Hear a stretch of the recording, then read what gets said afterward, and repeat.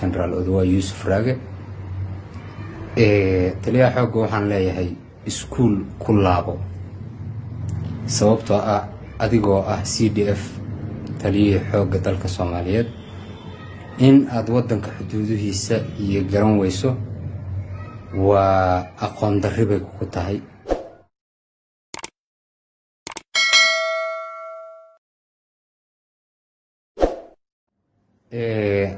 anigoo ah Cornel Lagaafe ka tirsan ciidanka xoogga dalka Soomaaliyeed madaxa ka hortagga qaraxyada isku dabiridaha kooxaha ka hortagga qaraxyada isku xiraha militariga Soomaaliya iyo militariga kale waxaan rabaa halkan inaan kala hadlo taliyaha xoogga dalka Soomaaliyeed General Oduwa Yusuf Raage taliyaha xoogga waxaan leeyahay iskuul ku laabo sababtoo ah adigoo ah CDF taliya xoogga dalka Soomaaliyeed in aad wadanka xuduudihiisa iyo garan weyso waa aqoon darri bay ku tahay saraakiisha aad tiri laas caanood iyo hadday ka qayb galaan halganka SSC xuquuqdooda ayay ku waayayaan General Oduwa dalku ma aha bariire iyo inta u dhaxayso aadan yabaal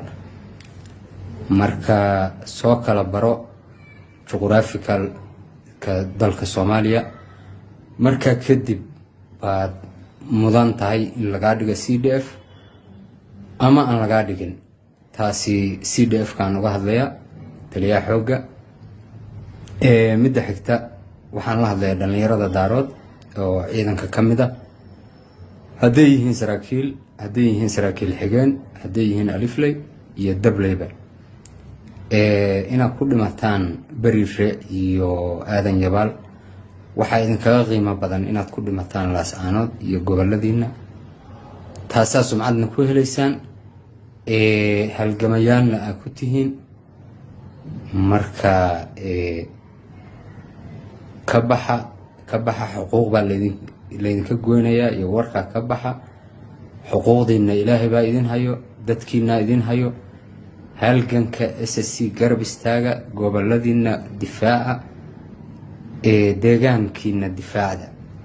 difaacda ninka taliyaha xoogga